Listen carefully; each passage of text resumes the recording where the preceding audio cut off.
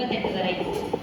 6ஆம் மாதத்திலே காபிரியேல் என்னும் தூதன் கலிலேயாவில் உள்ள நாசரேத் என்னும் ஊரில் தாவீதின் வம்சத்தானாகிய யோசேப்பு என்கிற நாமமுள்ள புருஷனுக்கு நியமிக்கப்பட்டிருந்த ஒரு கன்னிகையிடத்திற்கு தேவனாலே அனுப்பப்பட்டார்.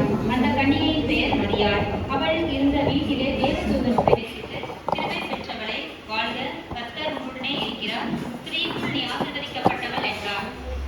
அவளோ அவனை கண்டு அவன் வார்த்தையினாலே கலங்கி இந்த வாழ்த்துதல் எப்படிப்பட்டதோ என்று சிந்தித்துக் கொண்டிருந்தான்.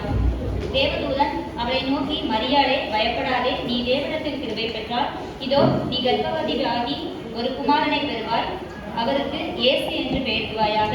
அவர் பெரியவராய் இருப்பார், உன்னதமானவருடைய குமாரன் எனப்படுவார். கர்த்தராகிய தேவன் அவருடைய பிதாவாகிய தாவீதின் சிங்காசனத்தில் அவருக்கு கொடுப்பார். அவர் யாக்கோபின் குடும்பத்தாரை என்றென்றைக்கும் அரசாளுவார், அவருடைய ராஜ்யத்துக்கு முடிவிடாது என்றான். அதற்கு மரியாள் தேவதூதனை நோக்கி, இது எப்படி ஆகும், புருஷனை அறியேனே என்றாள்.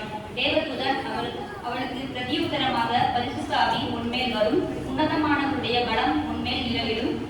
ஆதலால் உன்னிடத்தில் பிறக்கும் பரிசுத்தம் உள்ளது தேவனுடைய குமாரன் எனப்படும்.